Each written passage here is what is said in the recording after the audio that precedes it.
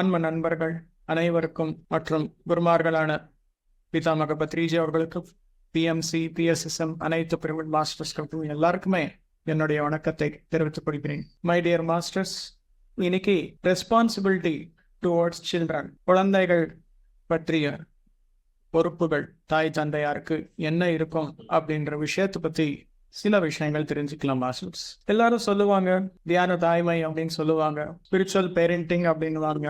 குழந்தை பெறுவதற்கு முன்னாடியே தாய் தந்தையார் ரெண்டு பேருமே ரெடியா இருக்கணும் அப்படின்வாங்க. ரெடியா இருக்கணும் அப்படின்னு என்ன ரெடி ஆகும்? பிசிக்கலா நல்லா ஸ்ட்ராங்கா ரெடி ஆகணுமா? என்ன மாதிரி ரெடி? நிறைய விஷயங்கள் இருக்கு மை டியர் மாஸ்டர்ஸ். நாம் என்பவர் வெறும் இந்த உடல் கிடையாது, மனம் கிடையாது, ஆன்மா கிடையாது, 7 உடல்கள் எல்லாமே இருக்கு அப்படின்னு சொல்லி நாம் எல்லோரும் நிறைய விஷயங்கள் ஆல்ரெடி தெரிஞ்சுக்கிட்டோம். 6 சக்கரங்கள் 7வது நிலை என்பது இருக்கு, சகசிராரம் என்பது இருக்கு அப்படின்னு சொல்லி தெரிஞ்சுக்கிட்டோம்.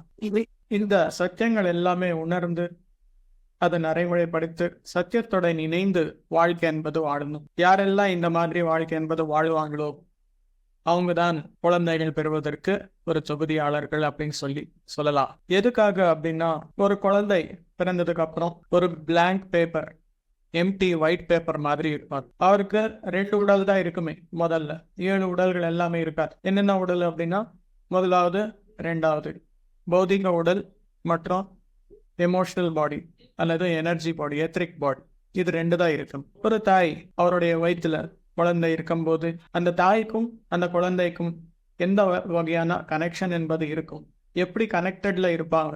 அந்த குரல் என்பது குழந்தையோட தொப்புள் மூலமா கனெக்ட் ஆயிருக்கு. அந்த தொப்புள் கிட்ட இருக்கிற கனெக்ஷன், அதாவது சக்கரம் என்ன இருக்கும்? மணிப்புர சக்கரம் இருக்கும். தாய் உடலின் மூலம் முதலாவது உடல், அதாவது மூலாதாரம் என்பது ரெடி ஆகும். வெளியே வந்ததுக்கு அப்புறம் அவங்களுடைய எமோஷனல் பாடி, பக்கத்துல இருக்கிற எமோஷன்ஸ் எல்லாமே பார்த்து ஆட்டோமேட்டிக்கா அந்த எமோஷனல் பாடி என்பது ஆட்டோமேட்டிக்கா ரெடி ஆகும். 3வது உடல் அப்படின்னா ஆஸ்ட்ரல் பாடி, மைண்ட் என்பது எப்பவுமே தாய்க்கு கனெக்டட்ல தான் இருக்கும். எப்படி? அந்த குரல் மூலமா கனெக்டட்ல இருக்கும் மை டியர் மாஸ்டர்ஸ். அதற்கு தான் யாராச்சும் ஒரு பிரெக்னென்ட் லேடியா இருக்கும் போது நல்லபடியான எண்ணங்கள் மட்டுமே உனக்கு இருக்கணும். குருமார்களுடைய சொற்பொழிவுகள் ஆகட்டும், இல்ல பகவத்கீதா ஆகட்டும், மகாபாரதம் ஆகட்டும், ராமாயணம் ஆகட்டும், குருமார்களுடைய வாழ்க்கை வரலாறுகள் ஆகட்டும், இது எல்லாமே படிங்க அப்படின்னு சொல்லுவாங்க. எதுக்காக அப்படின்னா, அந்த தாய் என்பவர் இந்த புத்தகங்கள் எல்லாமே வாசிச்சால், இந்த சொற்பொழிவுகள் எல்லாமே கேட்டால் ஆட்டோமேட்டிக்கா என்ன ஆகும்?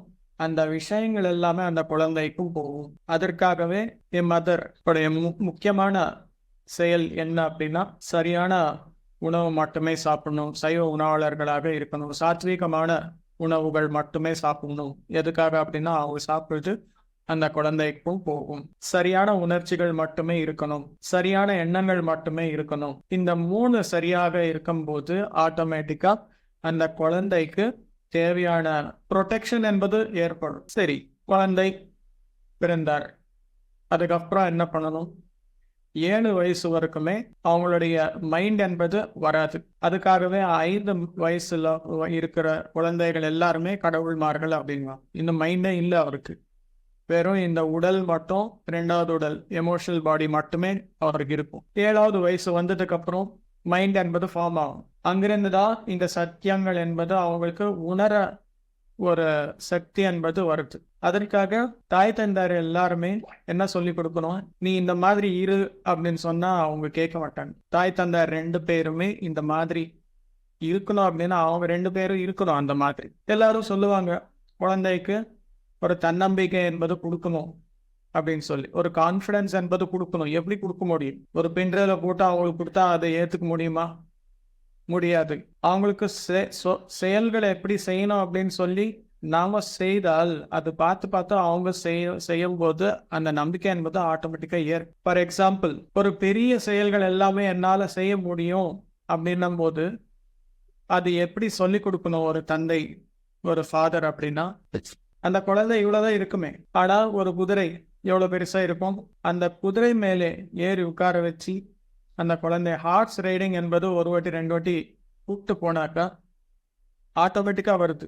அந்த குழந்தைக்கு அது ஹார்ஸ் மாதிரி தெரியாது. அவனுடைய உடல் எவ்வளோ இருக்கோ அதுக்கு 50 மடங்கு பெருசா இருக்கும் அந்த குதிரை. அது அவங்க கண்ட்ரோல் பண்றா அப்படின்னா அந்த கான்ஃபிடன்ஸ் என்பது வந்துடும் ஆட்டோமேட்டிக். ஸோ அந்த மாதிரி செயல்கள் எல்லாமே நாம பண்ணி காமிக்கும் போது ஆட்டோமேட்டிக்கா அந்த தன்னம்பிக்கை என்பது வருது. நான் ஒரு ஆன்மா, நான் இந்த உடல் கிடையாது அப்படின்னு சொன்னா அந்த பையனுக்கு புரியாது. நாம முதல்ல தியானம் பண்ணணும். ஏன் சும்மா கண்ணு மூடி உட்கார்ற நீ அப்படின்னு சொல்லி ஒரு வாட்டி கேட்பான், பையனாகட்டும் பொண்ணாகட்டும். நாம் ஒரு ஆன்மா, அது தெரிஞ்சுக்கிறதுக்காக முயற்சி பண்றதானு அப்படின்னும் போது ஏதோ இருக்கு அப்படின்னு சொல்லி புரிஞ்சுக்கிட்டு அவங்க உட்காருவாங்க. டைரக்டா வார்த்தைகளை சொன்னாக்கா அவங்களுக்கு புரியாது. அதே போல் வாழ்க்கையின் மீது ஒரு நம்பிக்கை, எப்படி இருந்தாலும் சரி சூழ்நிலைகள் நாம ஜெயிக்க முடியும் அப்படின்ற ஒரு நம்பிக்கை என்பது கொடுக்கணும் தாய் தந்தையார் 2 பேரும். குழந்தை பிறக்கிறதுக்கு முன்னாடி மைண்ட் யாருக்கு கனெக்ட் ஆயிருக்கும் அப்படின்னா தாய்க்கு கனெக்ட் ஆயிருக்கும். அந்த குழந்தை பிறந்ததுக்கு அப்புறம் அந்த மைண்ட் யாருக்கு கனெக்ட் ஆகும் அப்படின்னா தந்தைக்கு கனெக்ட் ஆகும். குழந்தை பிறந்ததுக்கு அப்புறம் தாய்க்கு என்ன கனெக்ட் ஆயிருக்கும் அப்படின்னா எமோஷன்ஸ் மற்றும் இன்ட்யூஷன்ஸ். இது 2மே தாய் மூலமா குழந்தைக்கு வரும். இந்த வாழ்க்கையில நான் எப்படி வாழணும், ஒரு தன்னம்பிக்கையோட எப்படி வாழணும், ஒரு தைரியத்துடன் எப்படி வாழணும், எந்த சூழ்நிலையில நான் எந்த மாதிரி ரியாக்ட் பண்ணணும், எந்த மாதிரி ரெஸ்பாண்ட் பண்ணணும் அப்படின்ற விஷயங்கள் எல்லாமே ஒரு தந்தை மூலமா தான் வரும். அதாவது மைண்ட் என்பது டெவலப் ஆகணும், மென்டல் பாடி, ஆஸ்ட்ரல் பாடி என்பது டெவலப் ஆகணும் அப்படின்னா மெஜாரிட்டி 90% தந்தையார் மூலமா மட்டுமே ஆகும் மை டியர் மாஸ்டர்ஸ். அதுக்காக ஒரு குழந்தைக்கு ஒரு 14 வயசாகட்டும் 18 வயசாகட்டும் வர வரைக்கும் 2 பேருடைய சப்போர்ட்டும் வேணும். தாயோட சப்போர்ட்டு, தந்தையோட சப்போர்ட்டு, 2 பேருடைய சப்போர்ட்டும் வேணும். நிறைய கதைகள் எல்லாமே சொல்லி சொல்லி சொல்லி சொல்லி அவங்களுக்கு ஒரு எமோஷனல் ஃபீல் என்பது கொண்டு வரலாம்.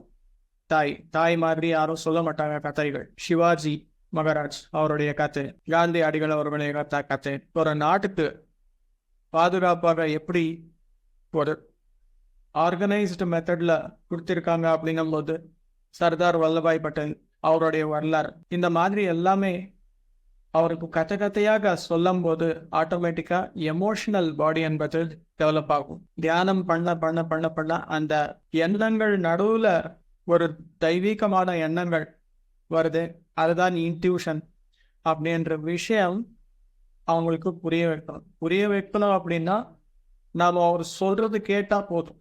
ஆட்டோமேட்டிக்கா எஸ் இது கரெக்ட் அப்படின்னு சொன்னா போதும்.